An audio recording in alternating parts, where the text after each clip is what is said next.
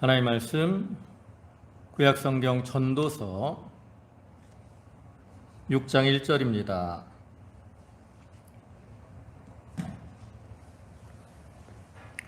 전도서 6장 1절 구약성경 페이지로는 953쪽.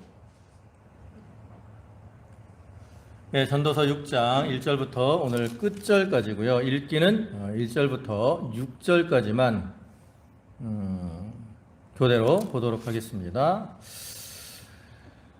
공독합니다. 내가 해 아래에서 한 가지 불행한 일이 있는 것을 보았나니 이는 사람의 마음을 무겁게 하는 것이라.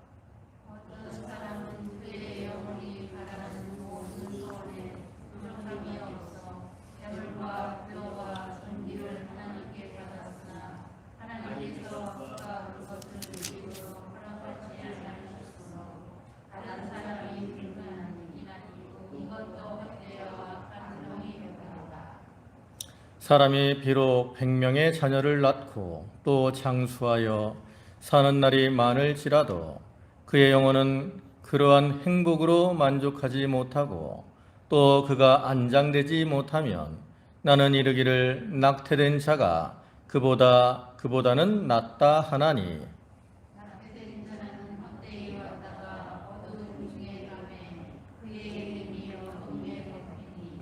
햇빛도 보지 못하고 또 그것을 알지도 못하나 이가 그보다 더 평안함이라. 그가 비록 1000년의 갑절을 산다 할지라도 행복을 보지 못하면 마침내 다 한 곳으로 돌아가는 것뿐이 아니냐. 아멘. 네, 오늘 전도서 6장 1절부터 12절까지 말씀인데요. 여기는 이제 전도서의 세 번째 강화의 일부분입니다.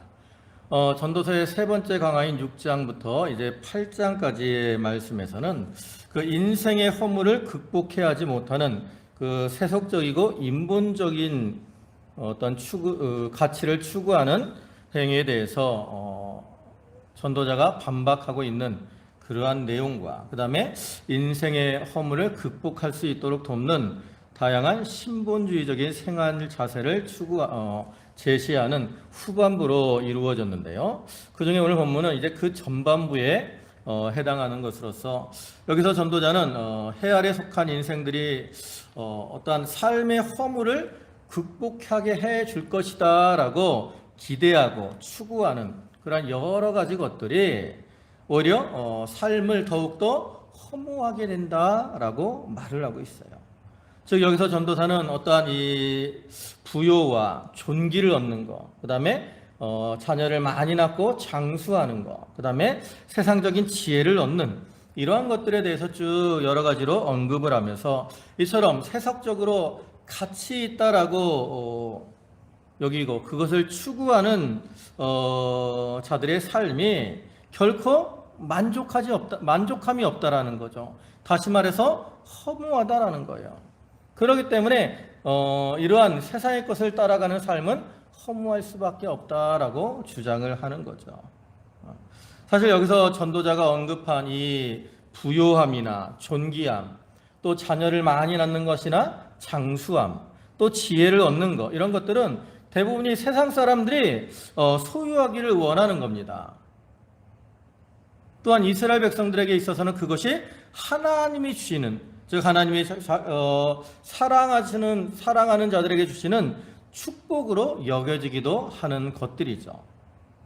그런데 이러한 그 복락을 얻고서도 인생의 허물을 극복할 수 없다라고 하는 이러한 전도자의 말은 결국은 세상의 것으로는 우리가 다가오는 인생의 허물을 극복할 수 없다라고 완곡하며 강력하게 선언을 하는 거죠. 그러니까 우리가 어떠한 이 욕구, 인간적인 그러한 욕구를 충족시킬 수 있는 이런 여러 가지 조건을 가졌느냐 가지지 않았느냐, 이것이 인간의 행복과 불행을 결정하는 그러한 요인이 되는 것이 아니라는 거죠. 오직 우리 피조물인 인간들은 창조주인 하나님과의 교제를 통해서 그 영이 심령의 낙을 누릴 때 그것이 그 사람으로 궁극적인 행복을 누리게 하는 거예요. 그래서 우리 성도들은 이러한 말씀을 통해서 세속적인 어떤 세상적인 것을 통해서 행복을 추구하려고 하지 말고 이제 하나님과 가까이 하며 또한 하나님께 자신의 삶을 맡김으로 그를 통해서 하나님 주시는 심령의 낙을 누리고 살아가는 그러한 자들이 되어야 된다는 겁니다. 이제 본문을 보시면 1절에 내가 해 아래에서 한 가지 불행한 일이 있는 것을 보았나니 이는 사람의 마음을 무겁게 하는 것이라. 여기 이제 해 아래에서 그러니까 이 세상에서 한 가지 불행한 일을 보았어요. 옛날 개역성에서는 어떤 폐단을 보았다 그랬는데 그것이 사람의 마음을 무겁게 하는 것이다 라고 말을 합니다. 여기서 사람의 마음을 무겁게 한다라는 것은 보편적인 거라는 거예요. 보편적인. 그러니까 이러한 일들이 보편적으로 일어나기 때문에 사람들이 그것을 많이 체험하게 되고 그를 통해서 그것이 그 사람들의 마음을 이렇게 무겁게 누른다는 거예요. 짐이 된다는 거예요. 그러면 여기 말하는 불행한 일이 뭐냐? 이제 여기 쭉 나오는 거죠. 그래서 먼저 2절에서는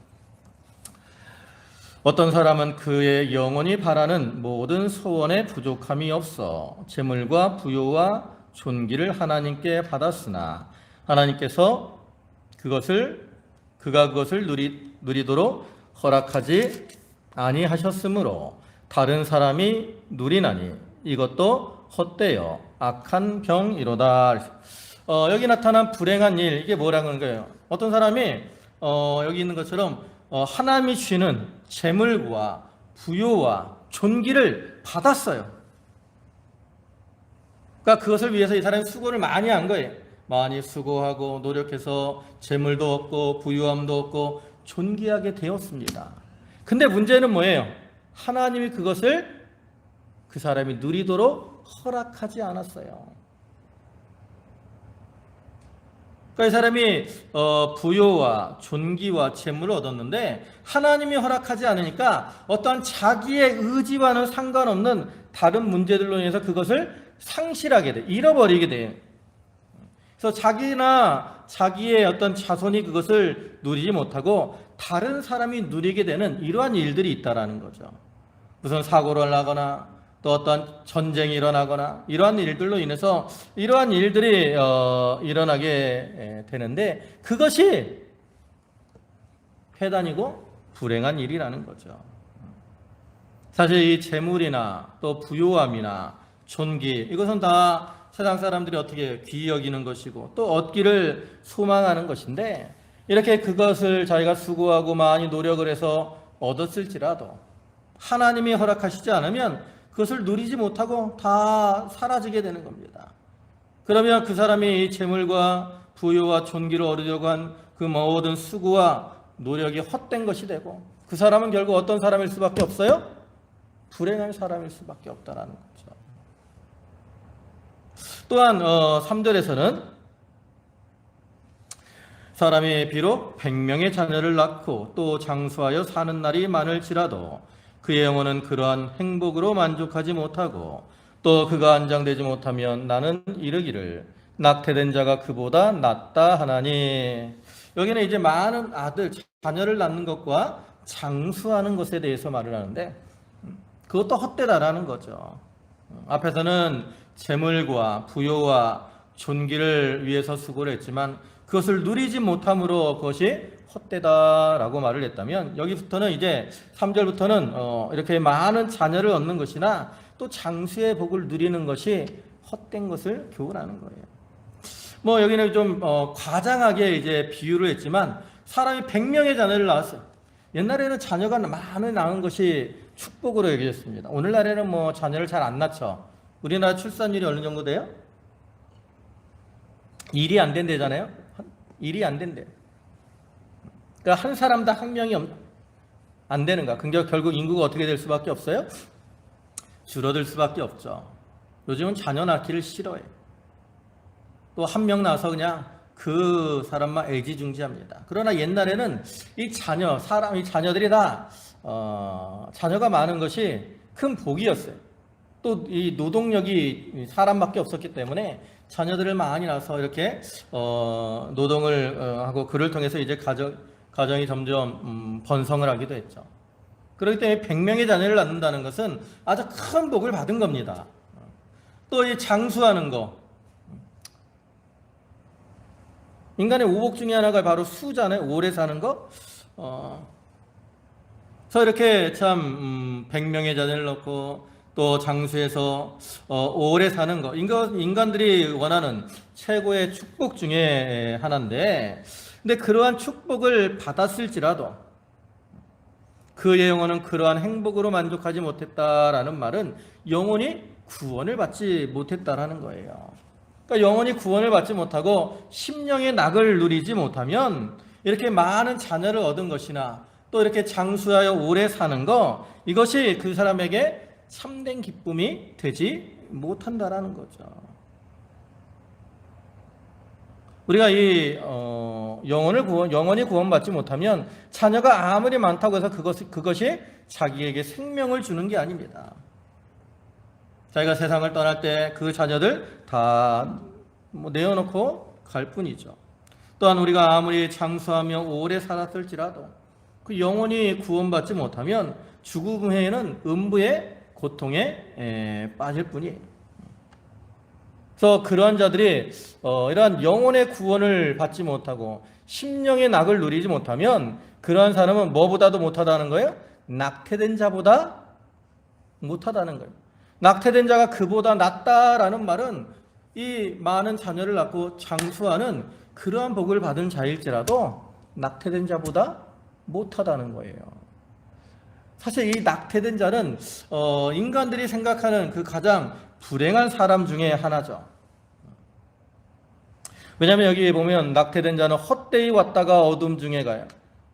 이 세상에 비록 생명을 얻었지만 이 세상에 태어나지도 못하고 어둠 중에 그냥 엄마 뱃속에서 깜깜한 데 있다가 죽는 거잖아요. 또 그 이름이 어두운 데 덮여요. 낙태된 사람의 이름을 누가 알아줍니까? 낙태된 아이는 사실은 이름도 없죠. 보통은 뭐 이제 태어나기 전에 이름을 짓는 경우도 있지만 낙태된 자들은 거의 이름이 없다고. 그러니까 그 이름이 어둠에 덮인 것과 같아요. 또 태어나지 못했기 때문에 햇빛도 보지 못합니다. 이 세상에서의 삶이 없어요. 또 그것도 알지 못해요. 이 세상의 삶에 대해서 전혀 알지 못합니다. 그럼에도 이가 그보다 더 평안함이라. 낙태된 자는 이 세상에서의 어떤 고통과 고난을 느끼지 않았어요. 비록 이 세상에 태어나지 못했지만 어머니 뱃속에서 아이는 편안하게 심령의 낙을 누리며 살고 있었다는 거죠.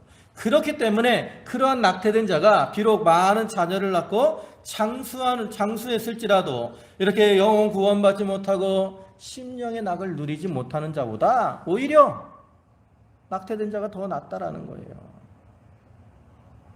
그러면서 6절에서는 그가 비록 1000년의 갑절을 산다 할지라도 행복을 보지 못하며 마침내 다 한 곳으로 돌아가는 것뿐이 아니냐. 이 1000년의 갑절, 2000년을 우리나라 동방사기가 몇 년 산다 그러죠? 동방사기 아세요? 3000갑자 동방삭 그러잖아요. 그죠? 그럼 몇 년 사는 거예요? 한 갑자가 몇 년이에요? 60년이죠. 환갑이잖아요. 환갑. 우리가 환갑하면 한 갑자가 돌았다는 거예요. 60년. 그래갖고 61년 되면 이제 환갑 잔치를 하는데, 근데 이 동방사기는 3000갑자야. 그러니까 60 곱하기 3000을 하는 거예요. 그러면 18,000에다가 18만 년이네. 18만 년. 신화 속의 어떤 우화 속의 사람이지만 그런 존재도 있다라고 하는데, 아무튼 1000년의 갑절. 우리가 성경에 보면 성경의 인물들이 가장 많이 사는 사람이 무드셀라가 나오죠. 무드셀라가 이제 969년을 살았는데 그 사람보다도 더 오래 사는 거죠. 근데 이렇게 1000년의 갑절, 비록 2000년을 살았을지라도, 이렇게 오랜 시간 장수하며 살았을지라도 그 심령이 행복을 보지 못하면 그 사람의 끝은 결국 어디예요? 마침내 다 한 곳으로 돌아가는 것뿐이 아니냐. 마침내 어디로 가요? 음부로 가는 거예요. 영원히 구원받지 못하고 심령의 낙을 누리지 못한 사람들은 다 어디로 가요? 그들의 결과는 그 사람이 세상에서 오래 살았던, 잠깐 살았던, 뭐 자녀를 많이 낳았던, 적게 낳았던, 또 재물이 많고 부유를 누리고 권세를 누리며 살았을지라도 그들은 다 어디로 가요? 한 곳으로 가요. 어디? 음부로, 지옥으로, 사망의 자리로 들어갈 뿐이라는 거죠.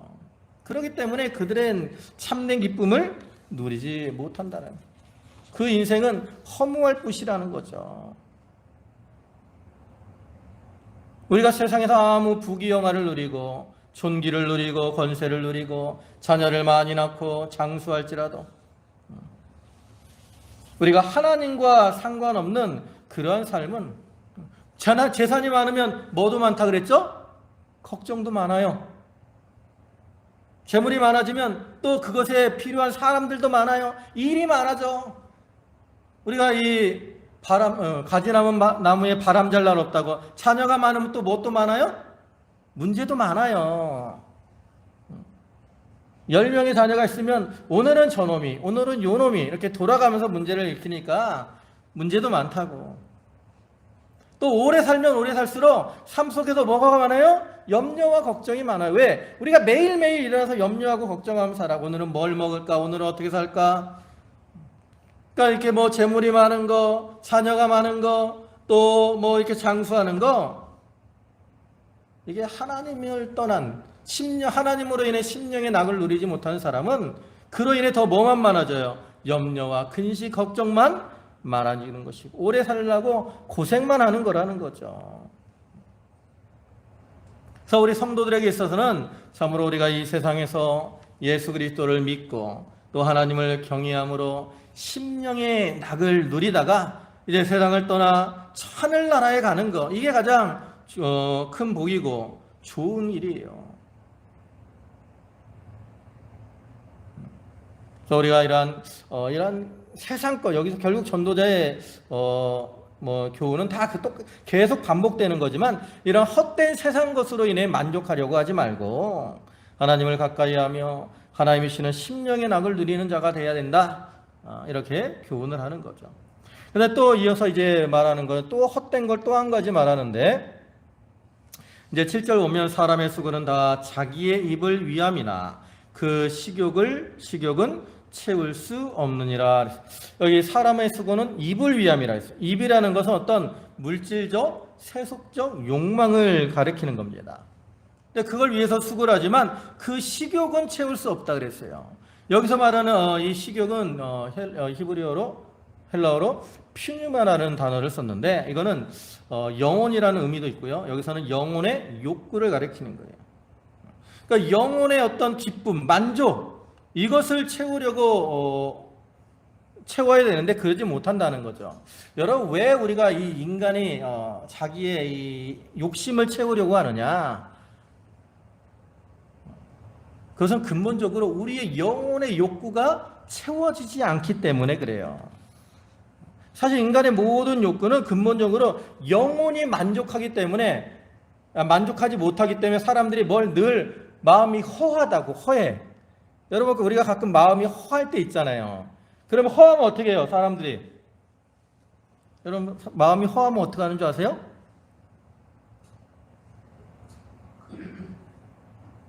자꾸 뭘 먹는다고. 그래갖고 마음이 허한 사람들이 자기도 이렇게 살이 쪄요. 왜 마음이 허한데 뭘 먹느냐? 이 마음이 허한데 이걸 채울 수 있는 방법이 없는 거야. 그러니까 어떠한 음식을 먹거나 인간적인 물질을 소유하거나 권세를 소유하거나 해서 그걸 채우려고 하는 거죠. 그러나 아무리 그것들을 이렇게 소유한다고 할지라도 그것은 영혼의 욕구를 채울 수가 없는 거예요. 그렇기 때문에 그러한 수고는 결국 다 뭐가 되는 거예요? 헛된 것이 되는 거죠. 또 8절에는 지혜자가 우매자보다 나은 것이 무엇이냐? 살아있는 자들 앞에서 행할 줄을 아는 가난한 자에게는 무슨 유익이 있는가?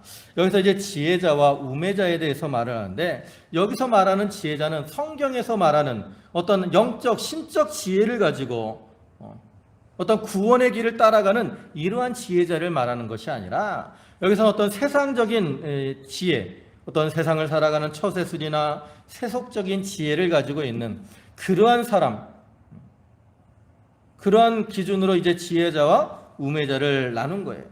그런데 이렇게 우리가 세상적인 지혜를 많이 가지고 그 지혜를 자랑한다고 할지라도 그 지혜가 그 사람의 영혼을 구원할 수 있다 없다? 없다. 그렇기 때문에 그러한 사람들의 지혜는 나은 것이 없다라는 거예요. 우매자보다. 결국 세상적인 지혜자나 세상적인 우매자나 다 같다라는 거. 왜? 영혼을 구원하지 못하니까 그들은 다 똑같은 길을 걸어가는 거예요. 똑같은 길. 어떤 길? 사망의 길.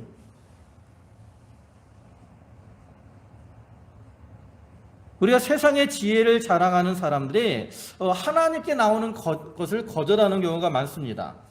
똑똑한 사람들이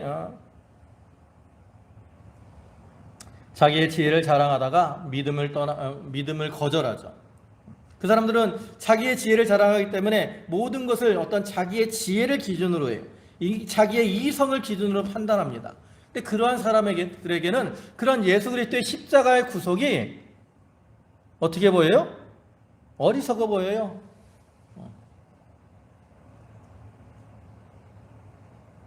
바울이 이 헬라인에게는 십자가가 어리석어 보인다라고 그랬어요. 그러나 멸망받을 자들에게는 그게 어리석어 보이는 겁니다. 반면에 구원을 얻는 우리에게는 하나님의 능력이라 그랬죠. 그래서 우리가 이 어떤 세상적인 지혜로 십자가, 예수 그리스도의 구속을 알고 믿는 게 아니에요. 우리가 예수 그리스도의 십자가를 믿고 그를 통해 구원을 받고 또 영생의 자리에 들어가는 것은 오직 하나님의 은혜와 능력을 통해서 이루어지는 거죠. 그렇기 때문에 이러한 세상적인 지혜를 가지고 살아가는 사람들은 그 지혜가 자기를 구원의 길로 또 영혼을 살리는 생명의 길로 인도하지 못하기 때문에 그 사람들은 지혜자나 우매자나 다 나은 것이 없어요. 똑같아요. 세상을 살아갈 때는 이 지혜자가 그 지혜를 가지고 자기 하는 일이 성공하기도 하고 사업이 번창하기도 하고 잘 될 수는 있습니다. 그러나 그 사람도 죽음이 결국은 어떻게 돼요? 다 빈손으로 음부로 들어갈 수밖에 없고, 그러한 모습은 우매자보다는 조금 더 나을 것이 없는 거죠. 또한 그뿐만 아니라 살아있는 자들 앞에서 행할 줄을 아는 가난한 자에게는 무슨 유익이 있는가? 여기 살아있는 자들 앞에서 행할 줄을 아는 가난한 자는 누구를 가리키냐면 바로 그 지혜자를 가리키는 거예요. 사람들 앞에서 사람들을 바로 이렇게 대인관계를 바로 하고 자기를 낮추고 겸손하게 행하는 이러한 사람이니까 결국 지혜자죠. 근데 그 사람이 그 지혜를 가지고 사람들 앞에서 아무리 잘 행했을지라도 그것이 자기 영혼에는 유익이 없더라는 거예요. 우리가 가끔 세상에서 그 얘기하죠. 저 사람은 참 법 없이도 살만한 사람이야. 그죠? 사람들에게 그 사람은 참 선하고 또 착한 사람으로, 좋은 사람으로 인정을 받습니다.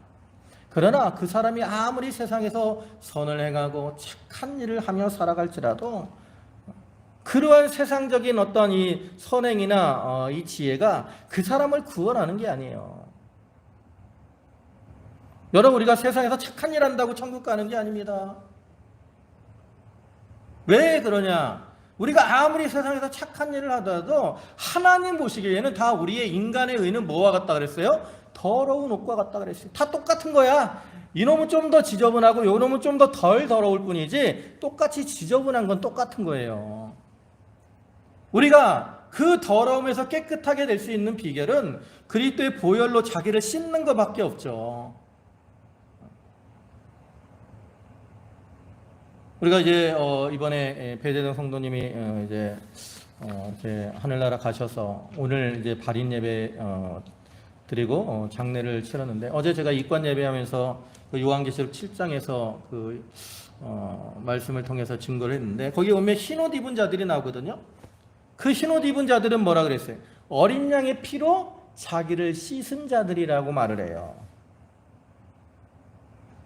그들이 이렇게 깨끗한 흰 옷을 입게 된 것은 어린 양의 피로 자기를 씻었기 때문에 깨끗하게 된 거예요. 그 사람들이 세상에서 선을 행하고 착한 일을 했다라고 해서 그 사람들이 흰 옷을 입고 깨끗하게 되는 게 아니라는 거죠. 그런데 그러한 이치를 깨닫지 못하고 어떠한 사람들과의 관계를 바로 하며 거기서 선을 행하고 사는 사람들, 그들에게 무슨 유익이 있겠느냐? 그것이 자기의 영혼을 구원하지 못하면 그 사람들도 우매자와 다를 바가 없다. 그것을 말하는 거죠. 또 9절에는 눈으로 보는 것이 마음으로 공상하는 것보다 나으나 이것도 헛되어 바람을 잡는 것이로다. 여기 눈으로 보는 것이 있고 이제 마음으로 공상하는 것이 있어요. 눈으로 보는 건 뭘 가리키겠어요? 현재 내가 가지고 있는 것을 즐기며 만족하는 것을 가리킵니다. 그러면 이제 마음으로 공상하는 건 뭐예요? 내가 가지고 있는 것에 만족하지 못하고 불확실하며 이루어질 수 있을지 알지 못하는 다른 것들을 소유하려고 하는 그러한 욕심, 그러한 것을 가리키는 거죠.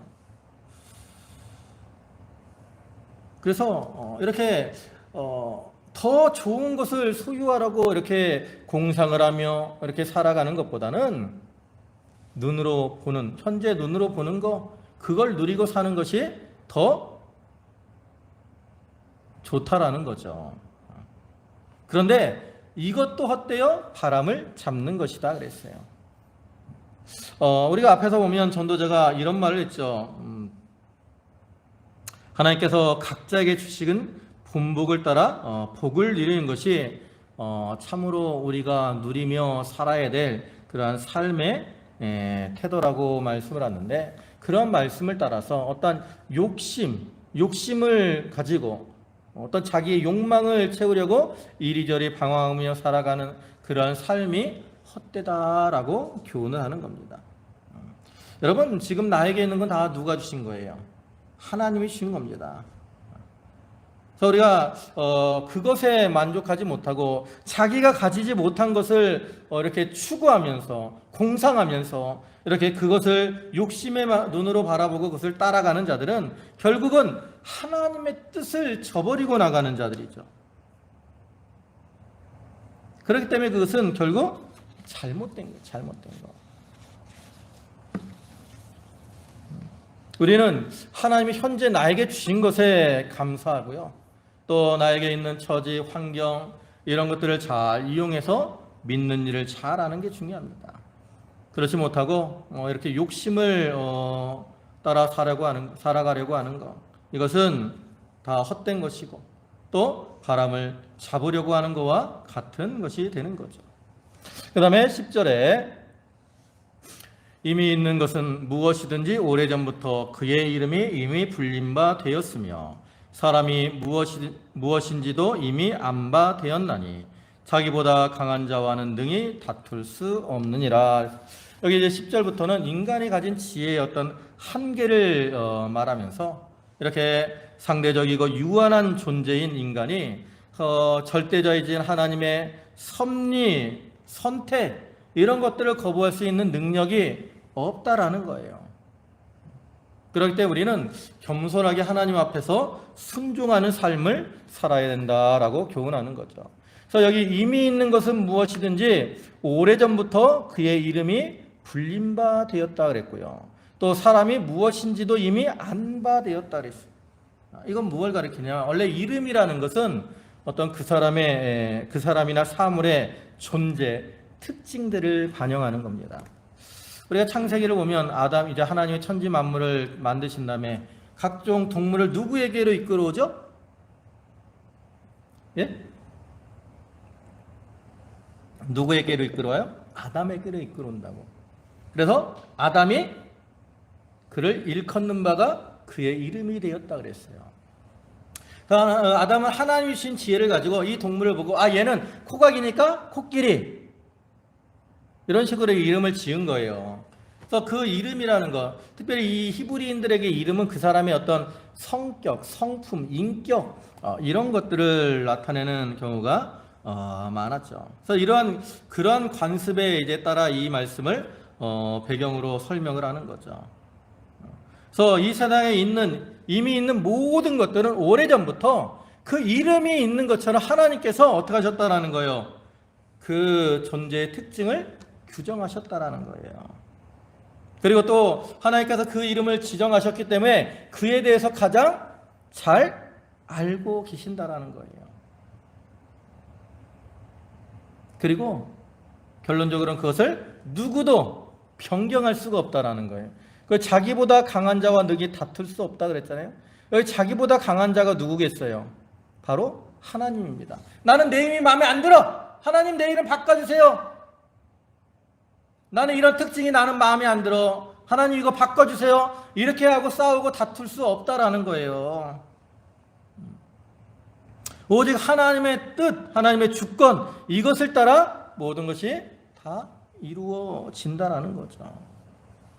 사실 하나님께서는 창세전의 모든 것을 예정하시고 계획하시고 오늘날 그것들을 친히 섭리하셔서 이루어 나가십니다.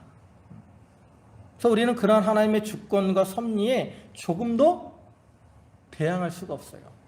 그래서 성경에서 그러한 것을 뭐에 비유를 하냐면 토기장이에 비유를 하죠. 그래서 예레미야나 로마서를 보면 토기장이 비유가 나오는데 토기장이가 여기 진흙 한 덩이가 있어요. 진흙 한 덩이가 있다고. 근데 토기장이가 이 진흙을 딱 나눠갖고 하나는 그걸 가지고 귀 쓰는 오늘날로 말하면 뭐 청자나 자기 백자나 이런 그릇을 만들 수도 있고요. 또 한 덩이를 가지고는 이 토기장이가 하나는 그냥 천이 쓰는 그냥 일반 토기를 만들 수도 있다고. 그런데 이렇게 그 토기장이가 이 진흙을 가지고 만들었을 때 그 흙이나 그릇이 토기장이한테 나는 왜 이렇게 만들었느냐라고 반항할 수가 있느냐라는 거죠. 있을까요? 없을까요? 없잖아요?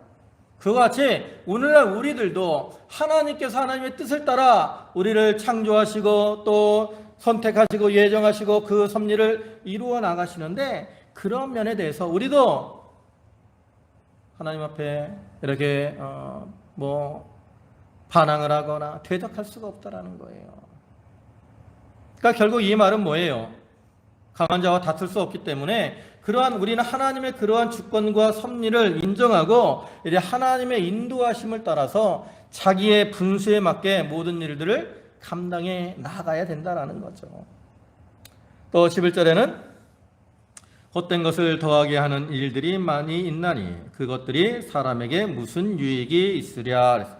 여기 헛된 것을 더하게 하는 많은 일들이 있다 그랬는데 여기 많은 일이라는 이 단어가 히브리어로는 다바르라는 단어인데요. 이게 두 가지 의미를 가지고 있어요. 하나는 일이라는 의미를 가지고 있고요. 하나는 말이라는 의미를 가지고 있습니다.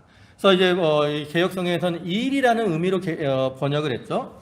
그래서 이 일이라는 의미로 번역을 한다면 이 말은 뭐냐면 본문은 이 피조물에 불과한 연약한 인간이 하나님의 섭리를 불순종하는 그런 악한 일들을 행한다라는 거예요. 그러니까 여기 헛된 것을 더하는 많은 일들은 하나님의 섭리를 불순종하는 그러한 일들을 가리켜요. 그러한 일들이 다 헛된 것을 더하게 하는 거예요. 그다음에 말로 이렇게 해석을 한다면 그런 하나님의 섭리에 대한 불평이나 또 그 섭리를 부인하려고 하는 무익한 변론들을 뜻하는 거죠. 이건 또 어떤 한 가지로 이렇게 딱 구분이 되는 게 아니라 이 두 가지를 다 포함을 하고 있는 거예요. 그래서 결국 이러한 하나님이 정해주신 어떤 섭리, 분수를 넘어서 더 많은 부귀, 영화, 또 장수, 안락 이런 것들을 누리려고 사람이 계획하고 나아가는 그런 모든 일들은 앞에서 말한 것처럼 하나님과 싸우려고 하는 것과 같은 것이고 그렇기 때문에 그것은 결국 실패로 돌아갈 수밖에 없고 그것들이 실패로 돌아가니까 사람에게는 유익을 준다 못 준다? 주지 못한다. 그걸 말하는 거죠. 그 다음에 마지막으로 12절에 헛된 생명의 모든 날을 그림자같이 보내는 일평생에 사람에게 무엇이 낙인지를 누가 알며 그 후에 해 아래에서 무슨 일이 있을 것을 누가 능히 그에게 고하리요. 이렇게 참으로 하나님의 섭리에 순종하기를 거부하는 그러한 모든 인생은 헛된 생명의 날이고요, 그림자와 같이 지나가는 그러한 일생입니다.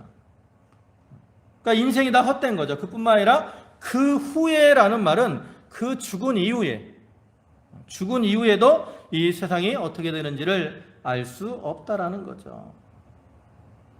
그러니까 하나님의 섭리를 이렇게 떠나서 자기의 뜻대로 살아가려고 하는 인생은 이 땅에서 삶도 헛된 것이고 그 이후의 삶도 다 헛된 거예요. 왜? 지옥 가니까. 그러니까 결론적으로 여기서 전도자는 뭘 말하는 거예요? 그런 헛된 인생을 살아가지 말고, 아까도 얘기했지만 쭉 얘기하는 것처럼 이 전도서의 교훈 자체가 이겁니다. 이런 세상의 헛된 것을 추구하고 그것을 따라가지 말고, 세상에 아무리 부귀영화 존귀 또 자녀를 많이 낳고 장수를 누리며 살아갈지라도 그 사람이 참된 그것이 그 사람에게 어떤 참된 심령의 낙을 주는 것이 아니다. 오직 하나님의 주권과 섭리를 인정하고 그분을 인도와 섭리를 따라가는 삶이 참으로 심령의 낙을 누리는 것이고, 그러한 삶이 참으로 복된 삶이다. 그러니까 너희는 어떤 삶을 살아가라? 그렇게 복된 삶을 살아가라. 하나님의 주권과 섭리를 인도하고 그것을 따라감으로 복된 삶을 살아가는 자들이 되어라. 이렇게 교훈을 하고 있는 거죠. 그러니까 우리가 이 말씀을 기억하면서 이 세상의 것, 물론 우리가 이 세상에서 힘쓰고 노력하면서 하나님이 주신 분복을 따라 최선을 다해서 살아가야 됩니다. 그러나 중심이 우선되는 게 뭐냐? 하나님 우선, 하나님 중심의 삶이어야 된다라는 거죠. 우리가 그것을 기억하고 우리 모든 성도들이 이렇게 하나님의 주권 안에서 하나님의 뜻에 순종하고 하나님의 인도를 따름으로 다 복되고 기쁨이 충만한 그러한 삶을 사는 성도들이 되시기를 주님의 이름으로 축원합니다. 아멘. 기도하시겠습니다. 전능하시고 자비와 사랑과 긍휼이 풍성하신 주님, 사람들이 참 세상에서 재물을 얻고 부유함과 존귀를 누리고 또 많은 자녀를 낳고 장수함을 누리고 또 지혜를 얻었을지라도 그것이 그 영혼을 살리지 못하며 심령의 낙을 누리지 못하면 그것은 다 헛되어 바람을 잡으려는 것과 같다 하였습니다. 오직 하나님의 주권과 섭리를 인도하고 인정하고 하나님의 뜻을 따라 사는 것이 복되고 형통한 그러한 삶의 비결임을 저희가 깨닫고, 아버지 하나님, 이제 헛된 것이 아닌 주님만을 바라보고 주님께 소망을 두고 주님과 동행하는 저희의 삶이 되게 하여 주시옵소서. 아버지 하나님, 저희 성도들 하나님께서 늘 붙들어 주시고 저들의 삶이 주님 안에서 복되고 형통하기를 원합니다. 하나님 아버지, 그러한 복된 길로 저들을 인도하여 주시옵소서. 이제 이렇게 신방하는 모든 일들에도 함께 하시고 또 이 추수감사절 저희가 기도로 잘 준비해서 하나님께 영광 돌리며 감사하는 그러한 시간들이 다 되게 하여 주시옵소서. 예수님의 이름으로 기도 올리옵나이다. 아멘.